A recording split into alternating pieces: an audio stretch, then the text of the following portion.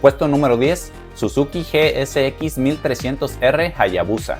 En 1999, la Suzuki lanzó la Hayabusa y fue nombrada en la edición Milenio de 2000 de Guinness World Records como la motocicleta de producción más rápida del mundo. Hayabusa en japonés significa halcón peregrino, que es un ave que puede alcanzar velocidades de hasta 300 km por hora.